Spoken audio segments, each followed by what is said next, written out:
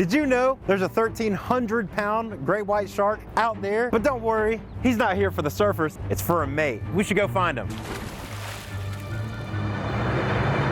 Just kidding, there's no way I could find him, and I wouldn't want to. But OSearch, a nonprofit organization, can. He's an impressive animal, and as I say, he's shown us so much. That's thanks to a tracker they put on his fin about 4.5 years ago. He's traveled something like 40,000 miles in the last 4.5 years. But one thing has been consistent from his travels all the way up north to all the way down south. He's been stopping by Florida.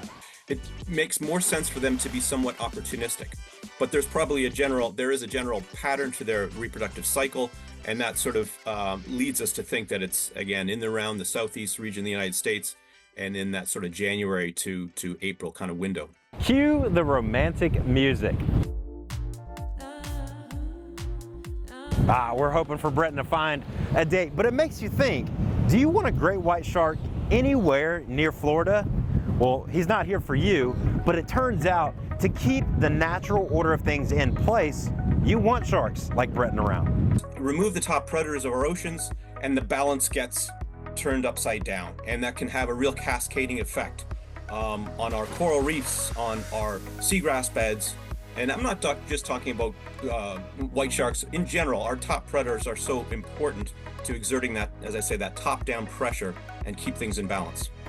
The man I'm talking to is senior data scientist John Pkg with OSearch. They track more than 90 different sharks that are traveling all across the ocean.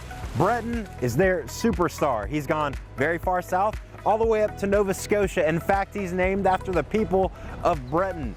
Their research and their data and these pings provide critical information for researchers about sharks.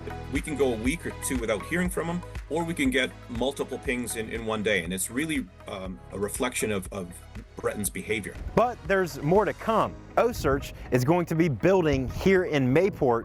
They've chosen Mayport as the perfect jumping off point to be able to go out into the ocean and study these sharks. Our OSearch global headquarters is going to be built in Mayport, Florida.